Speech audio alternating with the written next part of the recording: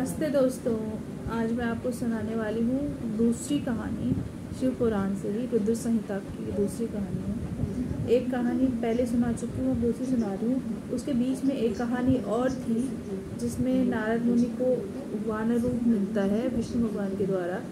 तो वो कहानी मैंने नहीं सुनाई क्योंकि उस टाइम मैंने बिना कैमरे के वो कहानी पढ़ ली थी।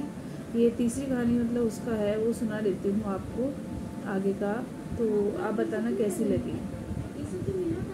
तो इसमें कहानी में क्या है कि नारद जी का शिव तीर्थों में भ्रमण है और शिवगणों को शापोद्धार की बात बताना तथा ब्रह्मलोक में जाकर ब्रह्मा जी से शिव तत्व के विषय में प्रश्न करना। इतनी सी है कहानी, छोटी सी है, 5 मिनट की होगी। तो इसमें क्या होता है, सूत जी कहते हैं, महर्षियों, भगवान श्री हरि के अंतर्ध्यान हो जाने पर मुनि श्रेष्ठ नारद शिवलिंगों का भक्तिपूर्वक दर्शन करते हुए पृथ्वी पर विचरने लगे।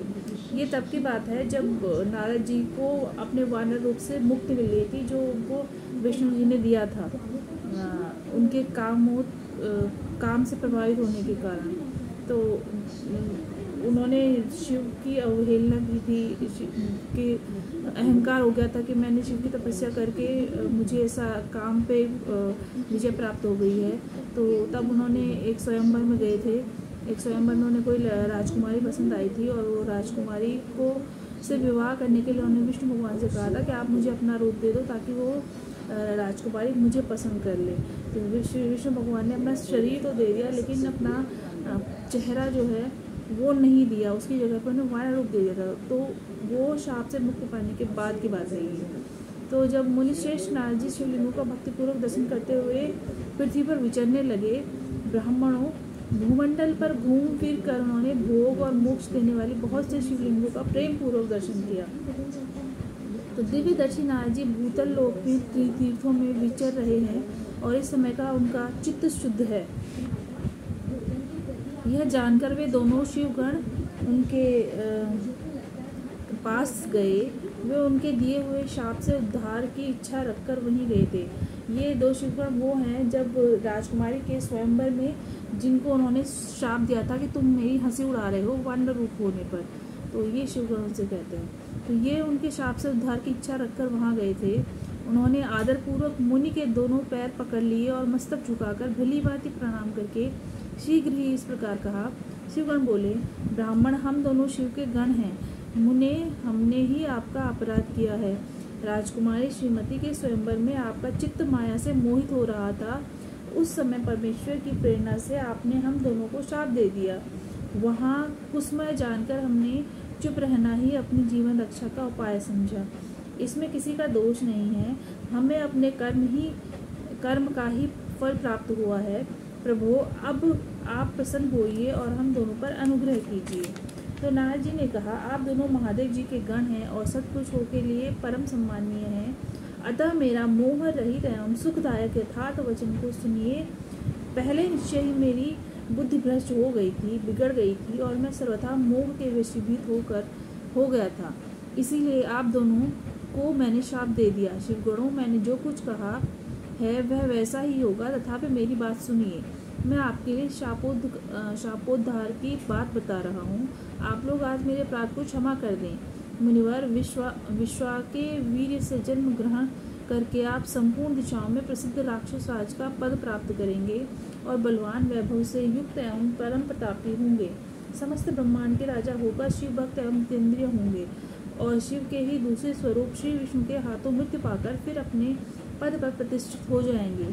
सूत जी कहते हैं, महर्षियों, महात्मा नारद की यह बात सुनकर वे दोनों शिवगण प्रसन्न हो सानंद अपने स्थान को लौट आए और नारद जी भी अत्यंत आनंदित हो अनन्य भाव से भगवान शिव का ध्यान तथा शिव तीर्थों का दर्शन करते हुए बारंबार भूमंडल में विचरने लगे। अंत में वे सबके ऊपर विराजमान शिव प्रिया काशीपुर में गए, जो शिव स्वरूपिणी एवं शिव को सुख देने वाली है। काशीपुरी का दर्शन करके नारद जी कृतार्थ हो गए। उन्होंने भगवान काशीनाथ का दर्शन किया और परम प्रेम एवं परमानंद से युक्त हो उनकी पूजा की। काशी का आसानंद सेवन करके वे मुनिश्रेष्ठ कृतार्थ का अनुभव करने लगे और प्रेम से विह्वल होकर उसका नमन वर्णन तथा स्मरण करते हुए ब्रह्मलोक को गए। निरंतर शिव का स्मरण करने से उनकी बुद्धि शुद्ध हो गई थी। वहां पहुंचकर शिव तत्व का विशेष रूप से ज्ञान प्राप्त करने की इच्छा से नारद जी ने ब्रह्मा जी को भक्तिपूर्वक नमस्कार किया और नाना प्रकार के स्रोतों द्वारा उनकी स्तुति करके उनसे शिव तत्व के विषय में पूछा। उस समय नारद जी का हृदय भगवान शंकर के प्रति भक्ति भाव से परिपूर्ण था। तो नारद जी बोले, ब्राह्मण पर ब्रह्म परमात्मा के स्वरूप को जानने वाले पितामह जगत प्रभु, आपकी कृपा प्रसाद से मैंने भगवान विष्णु के उत्तम महात्मा का पूर्णतः ज्ञान प्राप्त किया है। भक्ति मार्ग, ज्ञान मार्ग, अत्यंत दुस्तर तपो मार्ग, दान मार्ग तथा तीर्थ मार्ग का भी वर्णन सुना है, परंतु शिव तत्व का ज्ञान मुझे अभी तक नहीं हुआ है। मैं भगवान शंकर की पूजा विधि को भी नहीं जानता। अतः प्रभु, आप क्रमशः इन विषयों को तथा भगवान शिव के विविध चरित्रों को तथा उनके स्वरूप, तत्व, प्राकट्य, विवाह, गृहस्थ धर्म सब मुझे बताइए। निष्पाप पितामह, ये सब बातें तथा और भी जो आवश्यक बातें हों उन सबका आपको वर्णन करना चाहिए। प्रजानाथ, शिव और शिवा के आविर्भाव एवं विवाह का प्रसंग विशेष रूप से कहिए तथा कार्तिकेय का जन्म की कथा भी मुझे सुनाइए। प्रभु, पहले बहुत लोगों से मैंने ये बात सुनी है कि तृप्त नहीं हो सका हूँ, इसीलिए आपकी शरण में आया हूँ। आप मुझ पर कृपा कीजिए। अपने पुत्र नारद की यह बात सुनकर लोग पितामह ब्रह्मा जी वहाँ इस प्रकार बोले, ब्राह्मण देव शिरोमणि, तुम सदा समस्त जगत के उपकार में ही लगे रहते हो। तुमने लोगों के हित की कामना से यह बहुत उत्तम बात पूछी है, जिसके सुनने से संपूर्ण लोगों के समस्त पापों का क्षय होता है। उस नाम है शिव तत्व को मैं तुमसे वर्णन करता हूँ। शिव तत्व का स्वरूप बड़ा ही उत्कृष्ट और अद्भुत है। जिस समय समस्त चराचर जगत नष्ट हो गया था, सर्वत्र केवल अंधकार ही अंधकार था। न सूर्य दिखाई देते थे, न चंद्रमा, अन्य ग्रहों और नक्षत्रों का भी पता नहीं था। न दिन होता था, न रात, अग्नि, पृथ्वी, वायु और जल भी सत्ता नहीं थी। प्रधान तत्व से रहित सूना आकाश मात्र शेष था। दूसरे किसी तेज की उपलब्धि नहीं थी। अदृष्ट आदि का भी अस्तित्व नहीं था। शब्द और स्पर्श भी साथ छोड़ चुके थे। गंध और रूप का भी अभिव्यक्ति नहीं थी। रस का भी अभाव था। दिशाओं का भी ज्ञान नहीं होता था। इस प्रकार सब और निरंतर सूची भेद और अंधकार फैला हुआ था। उस समय सद ब्रह्म, इस श्रुति में जो सत सुना जाता है, एकमात्र वही शेष था। जब यह वह ऐसा जो इत्यादि रूप से निर्दिष्ट होने वाला भावात्मक जगत नहीं था, उस समय एकमात्र वह सत ही शेष था, जिसे योगीजन अपने हृदय काश के भीतर निरंतर देखते हैं। वह सतत तो मन का विषय नहीं है, वाणी की भी वहाँ तक कोई पहुँच नहीं है। वह नाम तथा रूप रंग से भी शून्य है। वह न स्थूल है, न कृष्ण, न ह्रस्व है, न दीर्घ, न लघु है, न गुरु। उसमें न कभी वृद्धि होती है, न ह्रास। श्रुति भी उसके विषय में चकित भाव से है, इतना ही कहती है, अर्थात उसकी सत्ता मात्र का ही निरूपण कर पाती है, उसका कोई विशेष विवरण देने में असमर्थ हो जाती है। वह सत्य ज्ञान स्वरूप अनंत परमदायक परमानंदमय परम ज्योति स्वरूप अप्रमेय आधार रहित निर्विकार निराकार निर्गुण योगिम्य सर्वव्यापी सबका एकमात्र कारण निर्विकल्प निरारंभ माया शून्य उपद्रव रहित अद्वितीय अनादि अनंत संकोच विकास से शून्य तथा चिन्मय है। जिस पर ब्रह्म के विषय में ज्ञान और अज्ञान से पूर्ण उक्तियों द्वारा इस प्रकार विकल्प किए जाते हैं, उसने कुछ काल के बाद द्वितीय की इच्छा प्रकट की। उसके भीतर एक से अनेक होने का संकल्प उदित हुआ। तब उस निराकार परमात्मा ने अपनी लीला शक्ति से अपने लिए मूर्ति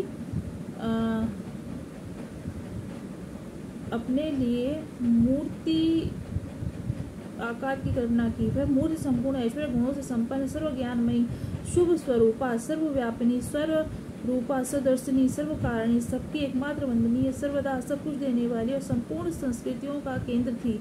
उस शुद्ध रूपिणी ईश्वर मूर्ति की कल्पना करके वह अद्वितीय अनादि अनंत सर्व प्रकाशक चिन्मय सर्वव्यापी और अविनाशी पर ब्रह्म अंतरहित हो गया।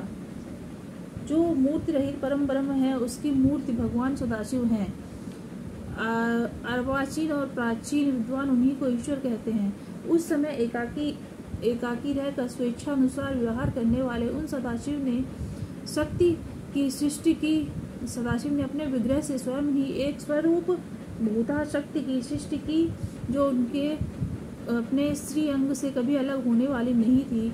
उस पराशक्ति को प्रधान प्रकृति गुणवती माया बुद्धि तत्व की जननी का विकार रहित बताया गया है। वह शक्ति अंबिका कही गई है। उसी को प्रकृति सर्वेश्वरी, त्रिदेव जननी, नित्या और मूल कारण भी कहते हैं। सदाशिव द्वारा प्रकट की गई उस शक्ति से 8 भुजाएं, उस शुभ लक्षणा देवी की मुख की शोभा विचित्र है। वह अकेली ही अपने मुखंड मंडल में सदा एक सहस्त्र चंद्रमाओं की कांति धारण करती है। नाना प्रकार के आभूषण उसके श्री अंगों की शोभा बढ़ाते हैं। वह देवी नाना प्रकार की गतियों से संपन्न है और अनेक प्रकार के अस्त्र शस्त्र धारण करती है।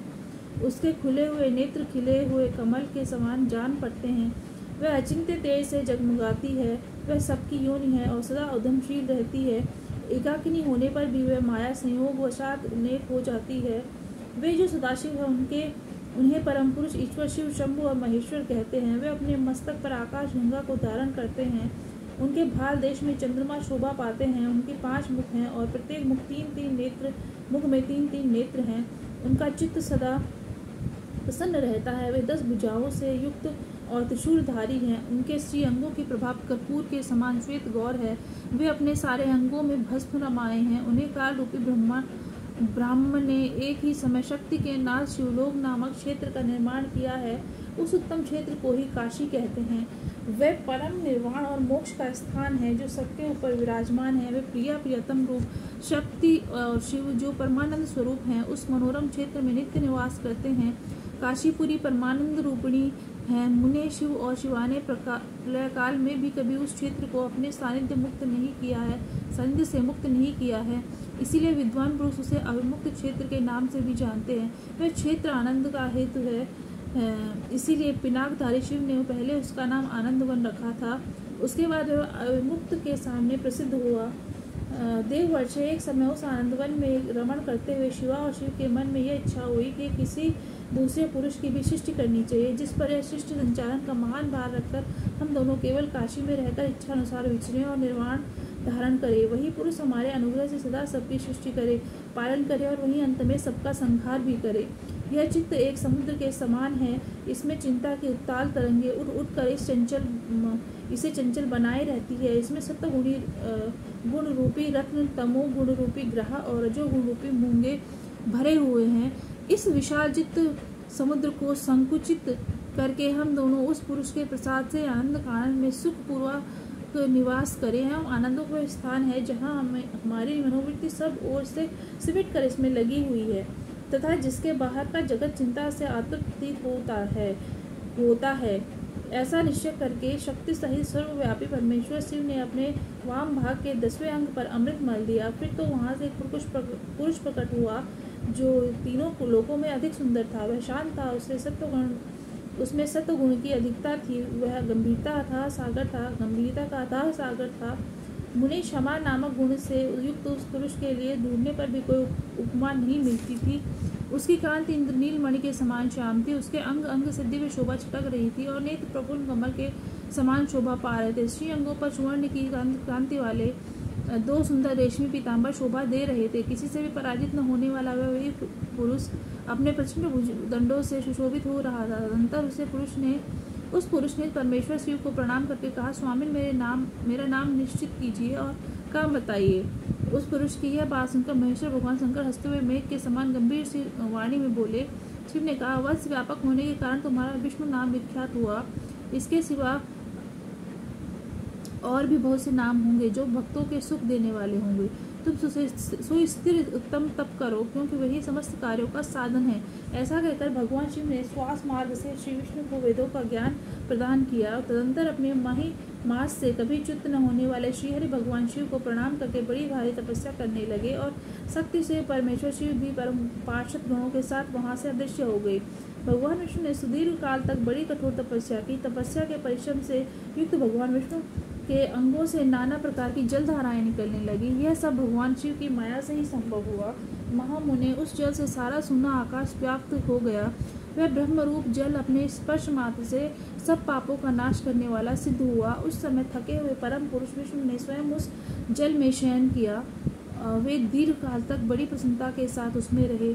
नार अर्थात जल में शयन करने के कारण ही उनका नाम नारायण एवं श्रुति सम्मत नाम प्रसिद्ध हुआ। उस समय उन परम पुरुष नारायण के सिवा दूसरी कोई प्राकृतिक वस्तु नहीं थी। उसके बाद ही उन महात्मा नारायण देव से यथा समय सभी तत्व प्रकट हुए। महात्म्य विद्वान, मैं उन तत्वों की उत्पत्ति का प्रकार बता रहा हूँ। सुनो, प्रकृति से महत्व प्रकट हुआ और महत्व से तीनों गुण। इन गुणों के भेद से ही त्रिविध अहंकार की उत्पत्ति हुई। अहंकार से 5 तन्मात्राएं हुई और उन तन्मात्राओं से 5 भूत प्रकट हुए। उसी समय ज्ञानेंद्रियों और कर्मेंद्रियों का भी प्रादुर्भाव हुआ। मुनिश्रेष्ठ, इस प्रकार मैंने तुम्हें तत्वों की संख्या बताई है। इनमें से पुरुष को छोड़कर से सारे तत्व प्रकृति से प्रकट हुए हैं, इसीलिए सब के सब जड़ हैं। तत्वों की संख्या 24 है। उस समय एकाकार हुए 24 तत्वों को ग्रहण करके वे परम पुरुष नारायण भगवान शिव की इच्छा से ब्रह्म रूप जल में सो गए। आज की कहानी में इतना ही। आगे आपको विस्तार से बताऊंगी आगे क्या हुआ। अभी तक आपने देखा कि शिव ने कैसे विष्णु जी का उत्पत्ति करी, कैसे उनका खुद का उत्पत्ति हुई शिव की, ब्रह्मांड में कहाँ से क्या था, पहले क्या था, कब क्या हुआ, वो डिटेल थी। आगे विष्णु जी के उत्पन्न होने के बाद क्या होगा वो कहानी अगली नेक्स्ट वीडियो में बताऊंगी। तब तक के लिए धन्यवाद, नमस्कार।